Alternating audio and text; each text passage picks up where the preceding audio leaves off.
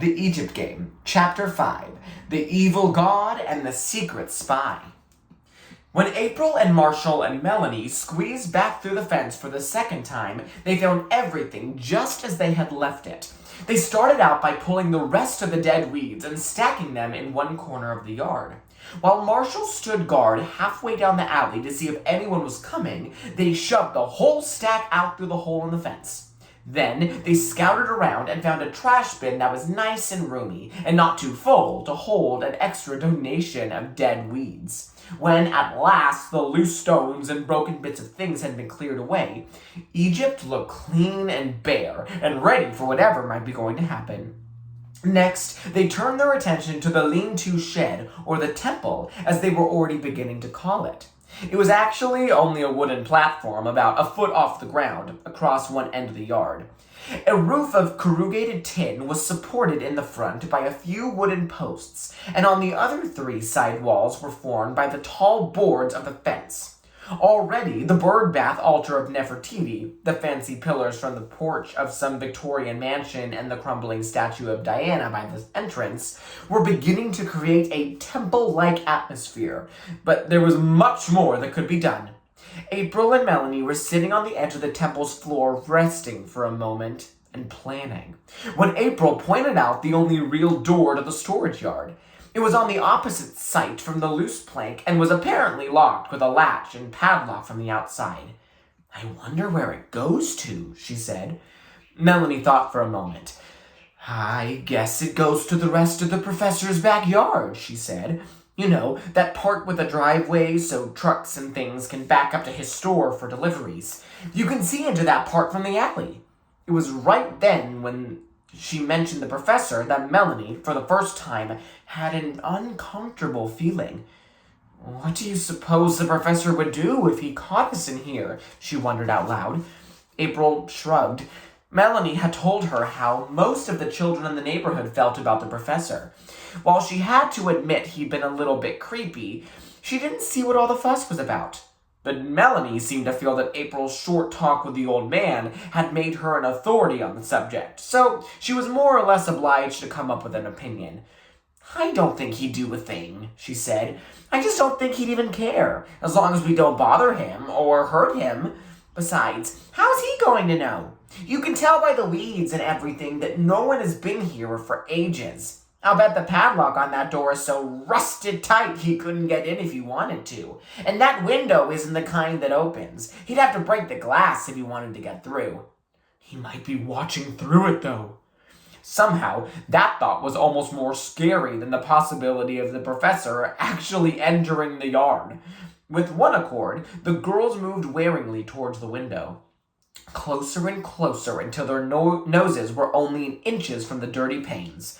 Then Melanie breathed a sigh of relief. There's something like a heavy curtain hanging clear across it. He couldn't see through that. Besides, I don't think he could see through the dirt even if there wasn't a curtain. I'll bet this window's in some little black back room he doesn't even use anymore. Otherwise, he wouldn't leave it so dirty. Feeling pleasantly safe and secure, the girls sat back down and began to make plans. Marshall was busy digging a little hole in the middle of the yard with a sharp stick. He had knotted two of Security's legs together around his neck so that his hands would be free for digging. Security's pear-shaped plush body and 6 of his back legs were hanging down Marshall's back. "I know," April said suddenly. "Marshall can be the young pharaoh, heir to the throne of Egypt. Only there's a civil war going on, and the other side is trying to kill him." "Oh, okay. And we can be high priestesses of Isis who are assigned to protect him." April said. "Or else we could be evil high priestesses who are going to offer him as a human sacrifice on the crocodile altar to..." What was that evil god's name? Set? "Oh, yeah, that's the one."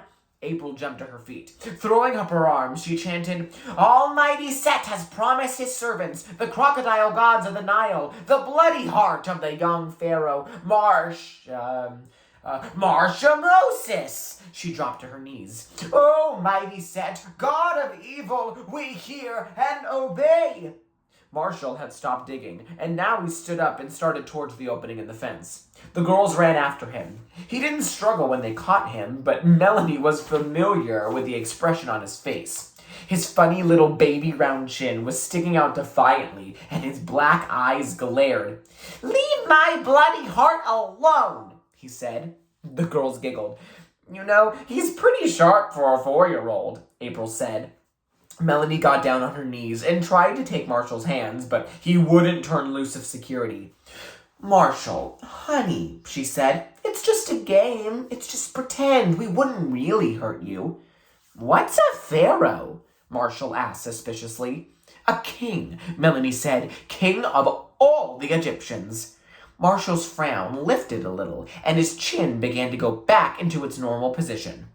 "A terribly important kind of king," April said. "Everybody had to bow down to him and do exactly what he said." Marshall nodded soberly. "I'll play," he said. So that was the way Set started.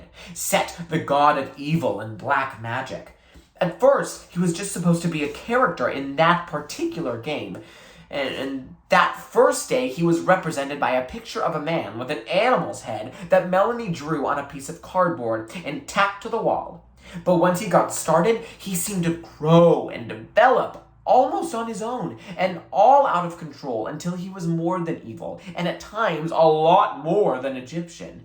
For instance, at different times, his wicked tricks included everything from atomic ray guns to sulfur and brimstone.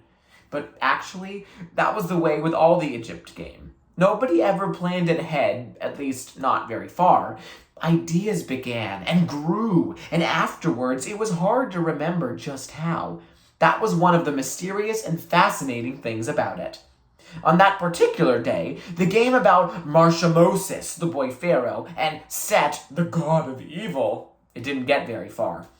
They'd no more than gotten started when April and Melanie decided they just had to have some more equipment before they could play it well.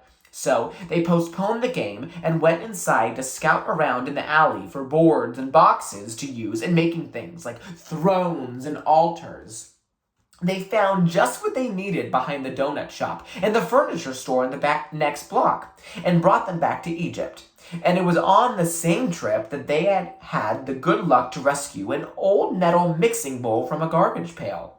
April said it would be just the thing for a fire pit for building sacred fires. When they had everything as far as the hole in the fence, they ran into a problem. The bowl and boards went through all right, but the boxes were just too big. The only solution was to throw them over the top of the fence. It wasn't easy, and in landing, they made quite a bit of noise.